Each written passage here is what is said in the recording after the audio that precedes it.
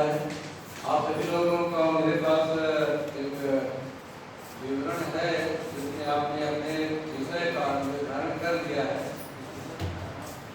तो शिक्षण कार्य तो आप करते ही हैं, बच्चों के बीच में बातें ले जाते हैं, बताते हैं, और शिक्षण कार्य बच्चों को कैसे किया जाता है उसके बारे में ट्रेनिंग से लेकर के आप लोगों का अनुभव हमसे कहीं ज़्यादा ही होगा। थोड़ा सा अंतर यहाँ पर यह है कि ये बच्चों के साथ साथ ये जो आपकी अपनी बातें हैं यह समाज के उस समूह में ले जाना है जो अपेक्षाकृत थोड़ा कम अवेयरनेस रखते हैं विज्ञान की या इस तरह के विषयों की। हमको उन समस्याओं को उनके बीच में ले जाकर के एक समाधान का रास्ता दिखाते हुए कोई न कोई कहानी लिखनी है और फिर उस कहानी को एक नाटक के रूप में प्रस्तुत करना है, बदलना। ये मुख्य इसका है।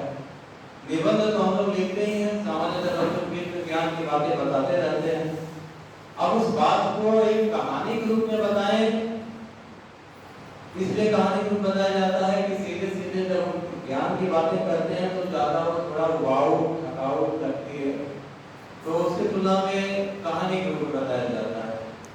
अब कहानी क्या किया जाए, सवाल ये होता है कहानी क्या लिया जाए, तो कहानी आप वही लेंगे जो हमारे अगल बगल घटित हो रहा है। जैसे जो घटित हो रहा है उसको आपको बताना आसान है, आप उसको आसानी से वर्णन भी कर सकते हैं। अब जैसे है कि खेत में किसान अनाज बीज डालते हैं, फसल उगती है, अब कोई जंगली जानवर आकर के उसको चरने लगता है, एक समस्या उत्पन्न हुई।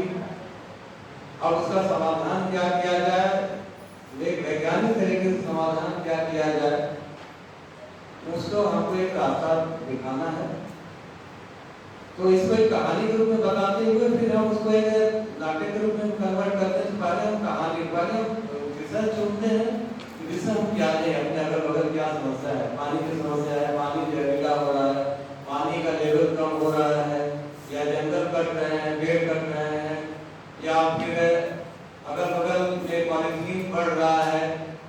अगर यहाँ पर थोड़ा सा जोर जंगली जानवरों पर दिया गया है, हमको उस तरह के विषय को थोड़ा सा क्लैरिटी पर लेना है। तो हमारे अगल बगल जो घटना घट रही है हमको उसी को लेना है, उसको लेना और उसको वर्णित करना हमारे लिए आसान है। तो हम उसको लें, समस्या क्या, आप कोई भी कहानी में आप जैसे जानते हैं कि कहानी की एक शुरुआत होती है, उसका एक आधार तैयार किया जाता है। कहानी को आधार तैयार करने में कुछ कैरेक्टर होते हैं, कोई स्थान होता है, कोई समय होता है, और फिर जब कहानी आगे बढ़ती है तो कोई समस्या होती है, और समस्या होती है तो फिर वो समस्या एक विकराल या एक स्तर तक जाती है और उसका कुछ परिणाम निकलता है समस्या का समाधान के रूप में, चाहे किसी भी रूप में। जितने भी आप नाटक कहानी सीरियल फिल्म आदि देखते हैं उसमें सब कुछ इसी तरीके से चलता है। हमारे दैनिक जीवन में भी जो रोज छोटी छोटी घटनाएं घटती उसमें भी यही होता है। कोई भी बात का एक आधार तैयार होता है, फिर वो आगे बढ़ता है, क्लाइमेक्स तक जाता है, फिर वहां से समापन होता है लक्ष्य पूरे की किसी भी रूप में। अब हमको चूंकि हम शिक्षण जगत में हैं, हमको रास्ता दिखाना है, तो हमको समस्या को दिखाते हुए उसका एक सकारात्मक समाधान खोजना है। और सकारात्मक समाधान यह विज्ञान के क्षेत्र में विषय को लिया गया है, तो सामाजिक क्षेत्र की वजह नहीं है कि कहीं झगड़ा आदि हो गया है उसका पंचायत करना है। यह विज्ञान से संबंधित विषय है, तो उसमें स्वास्थ्य से संबंधित कोई समस्या हुई या किसी बीमारी से संबंधित कोई समस्या हुई या खेती बाड़ी से संबंधित कोई समस्या हुई, वह समस्या धीरे धीरे आगे बढ़ रही है, एक ऐसे स्तर तक जा रही है जहाँ अब उसका समाधान ढूंढना बहुत जरूरी हो गया है। तो किसी न किसी के सामने वो समस्या आ रही है, वो समस्या ढूंढते ढूंढते वो प्रधान के यहाँ जा रहे हैं या कोई अधिकारी के यहाँ जा रहे हैं या फिर किसी और ऐसे व्यक्ति के यहाँ जा रहे हैं जो उस तरह की समस्याओं का समाधान बताते हैं। जंगल विभाग की तरफ जा रहे हैं, जैसे कोई जंगली जानवर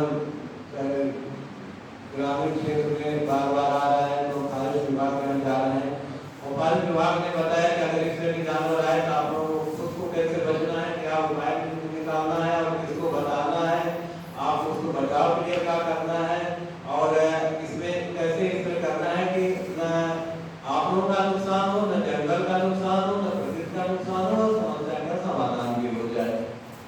तो हमारे अगल बगल के जो घटनाक्रम है उन्हीं विषयों, जैसे अब आपके अगल बगल कोई तालाब है, तालाब में अपने जीव जंतु जो रहते हैं अपना रह रहे हैं, अगल बगल के लोगों का भी उससे सिंचाई आता है, जो भी उपयोग किया जा रहा है। अब समस्या शुरू ये हुई कि तालाब के अगल बगल मकान बनने लगे, तालाब में जो पानी जाता था वो पानी रुकने लगा, तालाब सूखने लगा। अब तालाब सूखने से किसका कैसे क्या नुकसान हो रहा है, उस समस्या को देखना, तो फिर उसका समाधान क्या होगा, उस समस्या का समाधान दिखाना।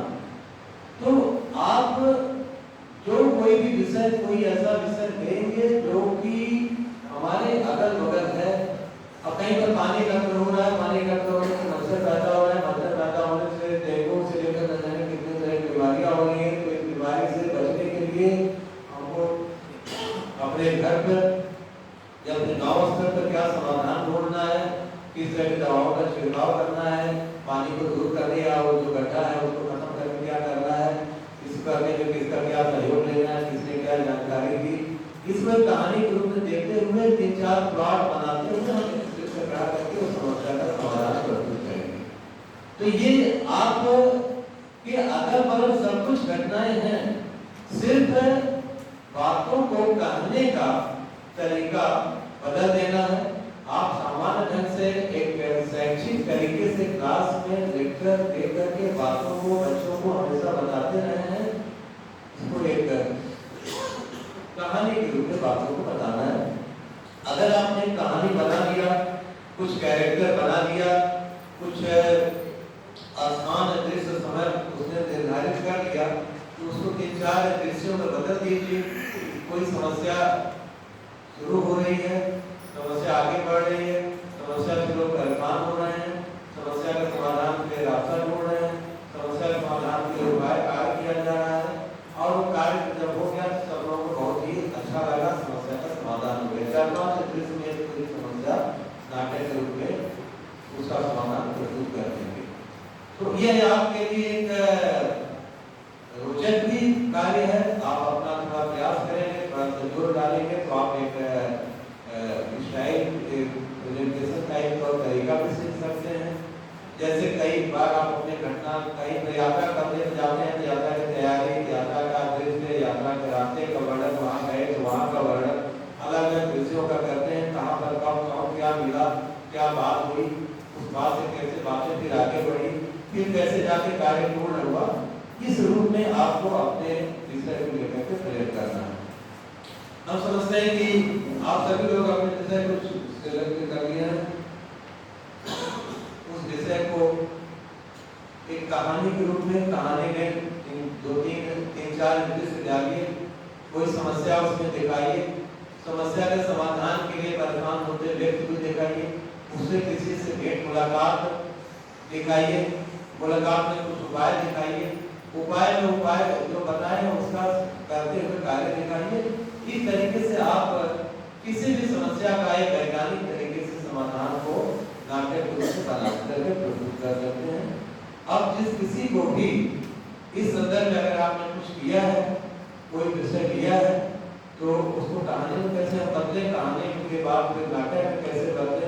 हम अगर आप कहें तो हम एक ग्रुप में कुछ 1-2 नाटक पहले भी पढ़े हैं, इसमें डाला गया है, हमने तो आपके ग्रुप में डाला है, नाटक कहानी भी डाला है, नाटक भी डाला है। आप उसका सहारा ले सकते हैं, अगर आप चाहें तो उसको भी से डाला जा सकता है।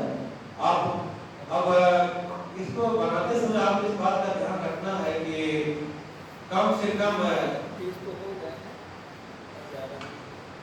जो भी जानकारी आप दें वैज्ञानिक को, तकनीकी शब्द, कठिन शब्दों का उपयोग न करें, कैरेक्टर या पात्र कम से कम बनाएं, ज्यादा बनाएंगे तो फिर आपको ही उठा होगा, सबको कहां एडजस्ट करें।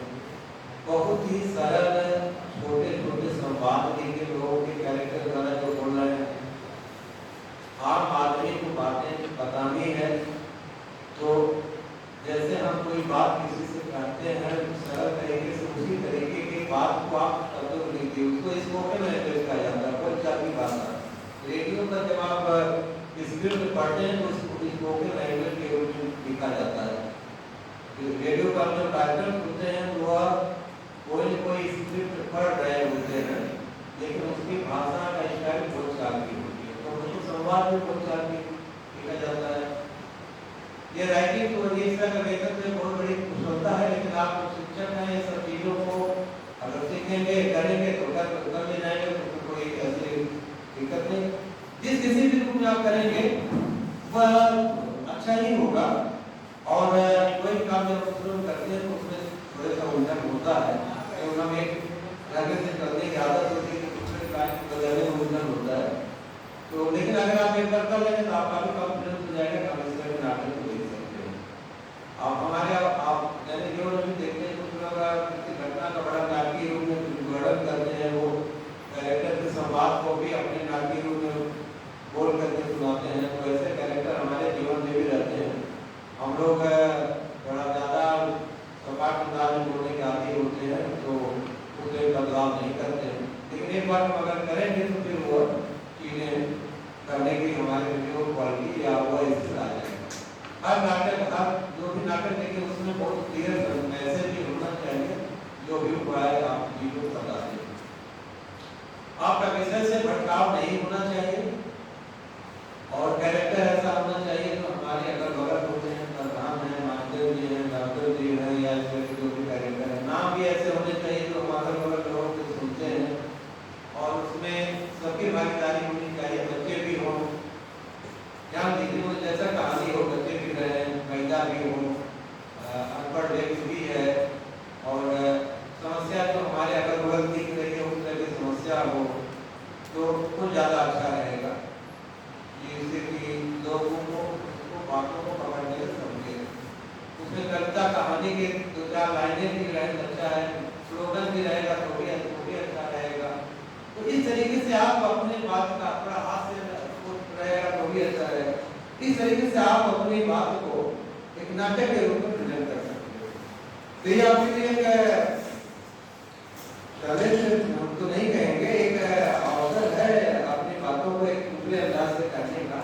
अब आप उसको प्रयास कीजिए, हम लोग आपके सामने हर तरीके से सहयोग करने के लिए, किसी को किसी भी पॉइंट पर कोई भी उलझन हो तो हम उसके लिए मदद के तैयार हैं, कोई सलाह की जरूरत है।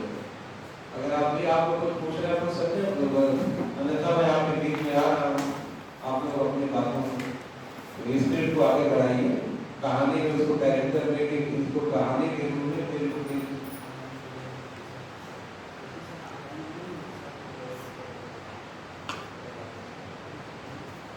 तो ठीक है। आप अपने स्क्रिप्ट को आगे डेवलप करने की कोशिश करिए, आज शाम तक प्रयास करिए कि छोटी से छोटी हो, उसको बहुत 3-4 दृश्य हो, आप उसका आधार तैयार करिए, समस्या दिखाइए, समाधान दिखाइए, समस्या के लिए समाधान दिखाइए, समाधान दिखाइए, 4 मिनट में आप अपनी स्क्रिप्ट पूरा कर सकते हैं। ठीक है, आगे के लिए